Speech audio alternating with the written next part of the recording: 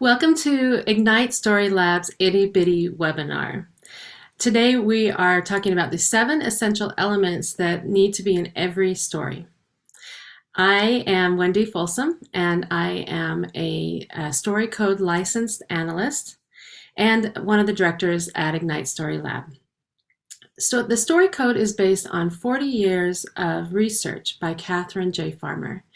And after doing coast to coast library surveys and amassing a mountain of data and running it through an expert analysis computer system, she found that these patterns emerged that were in every successful book. And some of these patterns were missing in books that were less successful. And what they ended up being was the character functions. These are functions that characters serve in a story, and there were 7 essential functions. If you're missing even one of them, you have a high degree of a chance of failure in your story or to have it be rejected. The audience won't necessarily perceive it as being complete or focused. So we're going to run through these 7 essential functions today. And I'm going to use examples from 2 movies. The first is the 1939 musical drama, The Wizard of Oz. And the other one is the comedy Groundhog Day, a film from 1993. So I'll give examples from those 2 films to kind of give you a contrast of how these functions work. So the first function is the primary actor. This is the person in the story that it's their story. They're the main character. The title often reflects their name in some way. They are the primary movers and shakers in the story. So they're the ones making the decisions. They're driving, their actions are driving the story forward. And so in Wizard of Oz, that would be Dorothy. And in Groundhog Day, that would be Phil, the weatherman. This next one is called the central viewpoint character. Now, this is the character that we travel through the story with. We see the story through their eyes. And often they're designed to be of similar age and type as your intended audience. Sometimes there's more than one. Sometimes you'll have different kinds of narrators. Sometimes you have kind of a removed narrator. Sometimes we go through with the main character, so the primary actor may also be the central viewpoint character. But sometimes they give us a different central viewpoint character to go through the story with. It gives us a little bit more of a remove from that story. Perhaps the primary actor is a rather dangerous person. So the central viewpoint character for Wizard of Oz is Dorothy. We travel through the story with her all along. And in Groundhog Day, it is also Phil. We feel like we're in his shoes and in his head, and that's how we experience the story. Well, the next function is called the initial equilibrium disruptor.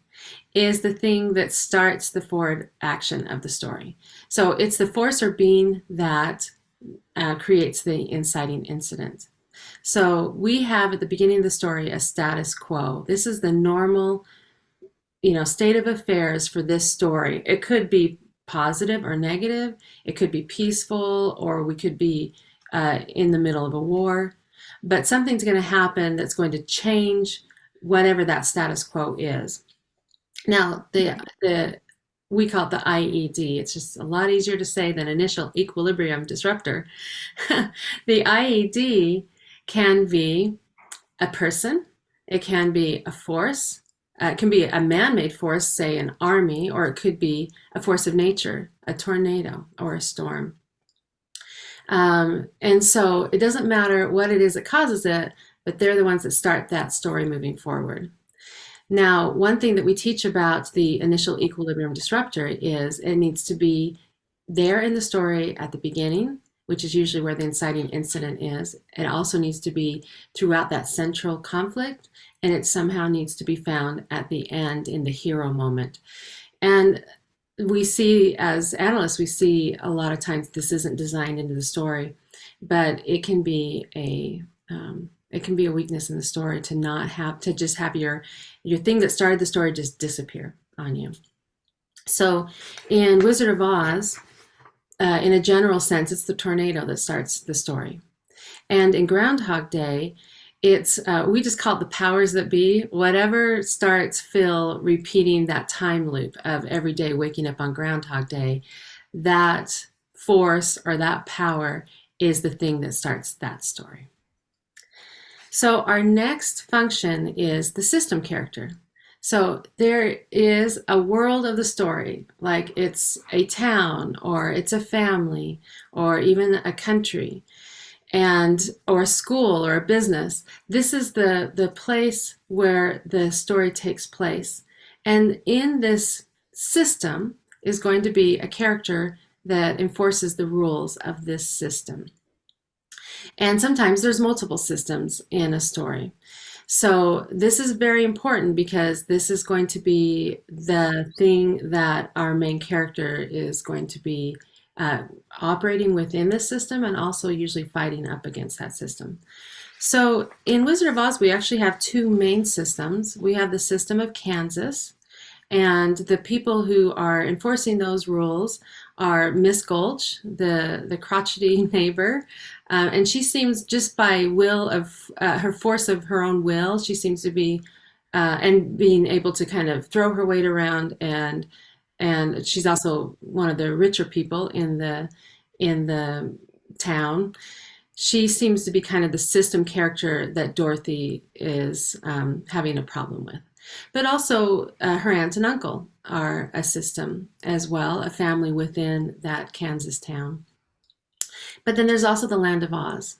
And in this, we have witches who are system characters. And the main one would be the Wicked Witch of the West.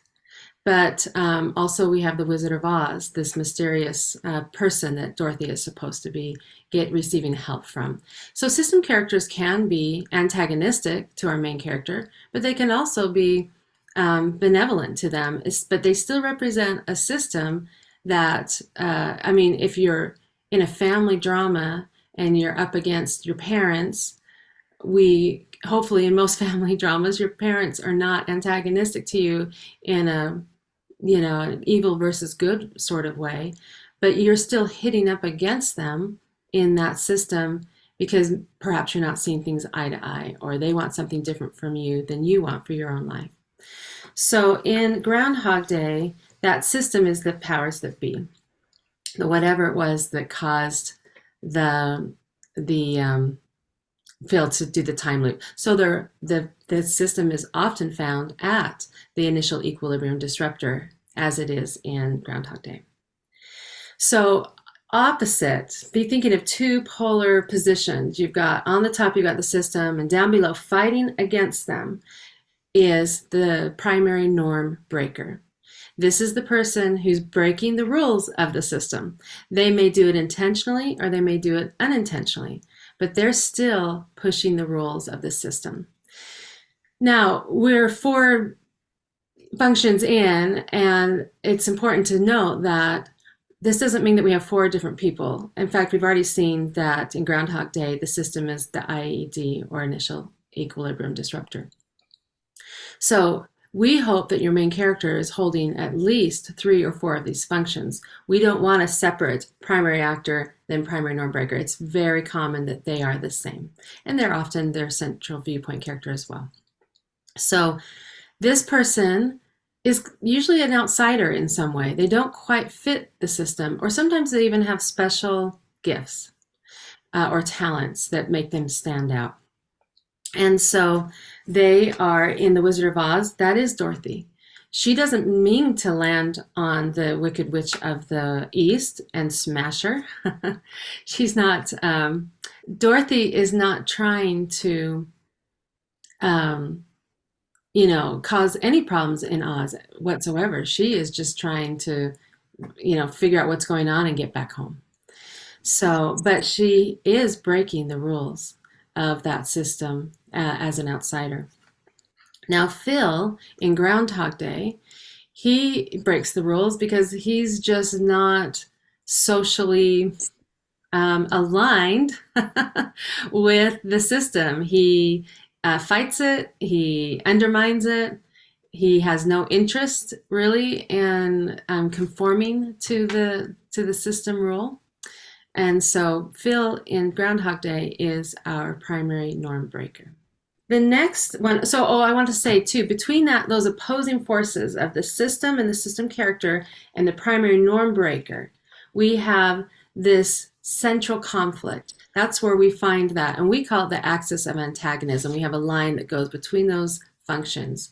And up and down that line are those two forces just struggling the whole movie. All right.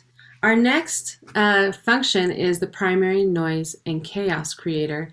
And simply, it's just what it sounds like. These are the people who make the most noise and create the most chaos.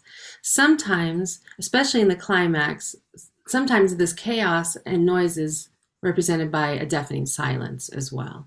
So that can be just as intense sometimes as a lot of noise. So a common pattern is that the primary noise and chaos creator is associated with the system, because the system is the one who's hitting up against our main character and causing a lot of problem. Could be their minions, could be the system character themselves. But another common pattern is that the primary noise and chaos creator is the primary norm breaker himself. And that would be in stories where you're getting a lot of internal conflict. So that would be a really common and well-known example is Hamlet. He just causes a lot of his own problems because he's just churning and he's indecisive, he can't decide what to do, and he causes a lot of his own chaos. Now, if you're thinking about the rising action in a story, you've got this primary norm breaker, and he's trying to get up to his hero moment. But in the way is this primary noise and chaos creator. And he's going to keep hitting up against this force in the story. And he'll get knocked back down, or he or she will get knocked back down, and then they'll try again. So it's kind of that try-fail cycle as they keep hitting up against that. And again, that's a really important part of the rising action, but it's also this defining element. This struggle between these two positions really helps to refine and define who that primary norm breaker is. They're figuring it out for themselves. The people in the story are figuring it out, and we as the audience are seeing that refining process and figuring out who is this character. So it's a pretty important function. And then the last of the essential functions, the seventh one, is the hero. And so the hero is found in the climax. It's found in that final hero moment. And the hero function is pretty complex. It is so complex that it comes in many different varieties. But we simplify it. And one of the great things Katie taught me personally was how to determine the hero. And it was that just to ask the question, who saves the day? It's not always the person who looks the most heroic or acts the most heroic. It's the person who actually did the function, actually served the action that saved either their own day, someone else's day, maybe all of the day for the people associated with the positive forces in the story. In some way, if there was a day that was saved, it was the hero that did it. So I'm going to go through the different kinds of heroes that we have at the hero function. So and I forgot to mention, the primary noise and chaos creator in Groundhog Day is definitely Phil himself. And it is the situation, but he definitely causes his own chaos. And in Wizard of Oz, it's mostly the Wicked Witch of the West and Miss Gulch. Also her minions like the flying monkeys, the guards, all those things that stand in the way of Dorothy getting to her goal, which is to get home. So back to heroes. The first kind, and probably the most common kind, is the traditional hero. This is a self-sacrificing kind of hero. They save their own day, but they also save the day for everyone that's associated with the positive forces in that story. So most dramas have this kind of hero. They win, they're the underdogs, but they push past that primary noise and chaos creator, and they triumph and win at that hero moment against a more powerful system. They were the underdogs, but they were able to amass more power and help from allies along the way. And usually dramas do have quite a bit of allies to help push them over that finish line who are supporting their cause. So in Groundhog Day, it is Phil. This is a comedy, but he saves his own day by finally aligning with the system, with the maybe normative society, and accomplished whatever criteria that the powers that be were holding over him. In Wizard of Oz, it's Dorothy. She receives some encouragement from Glinda, but really the whole idea of the story is that she had the power all along. It was her that did it. And so this is a drama. She saves her own day. The next kind of hero is called the comic hero. And this happens most commonly in comedies. And this is somebody who you don't expect to save the day. They're not the main character. They're usually some kind of secondary character, and they're associated often with the system. So they're off in some other corner of the story, but they hold some little piece of information or some little encouragement or a little tiny piece of power. They come swooping in, it's unexpected, and they save the day. In these kinds of stories, and in most comedies, that primary norm breaker is not quite powerful enough to save his own day, his or her own day. And they need just a little boost to get over the finish line. And it kind of creates a 1-2 punch where we get one kind of hero followed by a second hero. If the comic hero comes in and with that winning piece of something, then they usually allow the primary norm breaker to step into their own traditional hero, that they also win and are part of that. They've been struggling all along to be that hero, and that comic hero allows them to then step into that. An example of this, one of my favorites, is in Ferris Bueller's Day Off, and it's his sister Jeannie. Well, it is fun. It is funny because the whole movie, Jeannie has been trying to catch her brother Ferris Bueller in all of his shenanigans. She's so mad that he gets away with whatever he wants to that she's trying to get him caught. And then at the very end of the movie, when he is caught, he's totally dead meat. The school administrator has him, and he's going to be in massive trouble. His parents have arrived home or are about to walk in the door, and he's going to be in trouble with them. And Jeannie steps in and covers for him and saves him. And it's just a great moment because it represents a little tiny bit of moral reasoning and arc for her, that she's able to, instead of just wanting payback for Ferris, that she takes a more mature stand. And then I think it's nice that Ferris is a little bit maybe humbled, just a touch. It's hard to humble Ferris, but he had to have some help, and I think that was good for him too. So that's an example of a comic hero. If you know the importance of being earnest, Miss Prism is another example of a fabulous comic hero. She's quite a minor character, but Ernest is trying to marry the girl of his dreams. He can't appease his future possible mother-in-law, but Miss Prism steps forward with a little tiny piece of information that she has about the parentage and a family history of Ernest that appeases the mother-in-law, and they're able to get married. So that's another comic hero. The third kind is tragic hero. I think we all know this kind. This is also a self-serving, as not self-sacrificing hero like the drama, like the traditional hero. But instead they lose. They don't win. So their day is not saved. But tragedies are an interesting little form. They're quite social, supporting, the pro-social. The system wins. And I'm not talking about dark tragedies where the system comes down, but a typical tragedy. The system wins, and it's reinforcing to our system. So we as an audience, we might feel sad on some level for that tragic hero, especially, the more we liked him and we identified with him. But there's something about those tragic heroes that are a little out of balance, or they have those tragic flaws, and they're doing things that we can sit back often and go, oh, he probably shouldn't have done that. He shouldn't have taken those steps. And so somehow the tragic hero saves our day in that he reinforces the system, but he does not save his own day. So that's a kind of a really fascinating thing about tragedies that I love, and it's interesting to tease that apart. And of course, in any kind of story, you have a wide variety of types of tragedies. Some are very dark, and we hate those systems because they're pointing out to all the things that are going on in our system.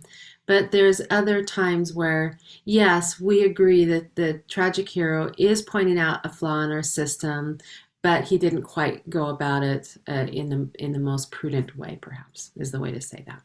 So, okay, the next one is the rogue hero. In satires, we get rogue heroes, usually if they're comedic. We get anti-heroes if they're dark, and sometimes we get idiot heroes, which are a rare form, which I'll touch on just briefly. But rogue and anti both, well, and all three, quite frankly, are self-serving heroes. They are not self-sacrificing heroes like you get in the other stories. They're in it for themselves. But especially with the rogue hero, they're charming, they're clever, they're so tricky, and they're up against a system that is glitched in some way. Or with an anti-hero, even a system that is abhorrent. And so we, especially with a rogue hero, we tend to like them and cheer them on, even though they are doing things that aren't right. Their norm breaking is to a level that they're starting to cross our boundaries of what we think is acceptable. And so the greater their level of norm breaking, the greater our discomfort. But if they're just doing a little thing here or there, or it seems justified in some way, we just look the other way and go, well, that's sort of breaking the law, but those guys should win over that system anyway. But an anti-hero is a little different. An anti-hero is, instead of just taking advantage of people, there's death and destruction all up and down that axis of antagonism between the system and the anti-hero.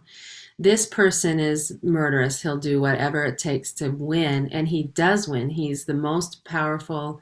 They are the most powerful type of hero. And they start off the most powerful, and they end powerful.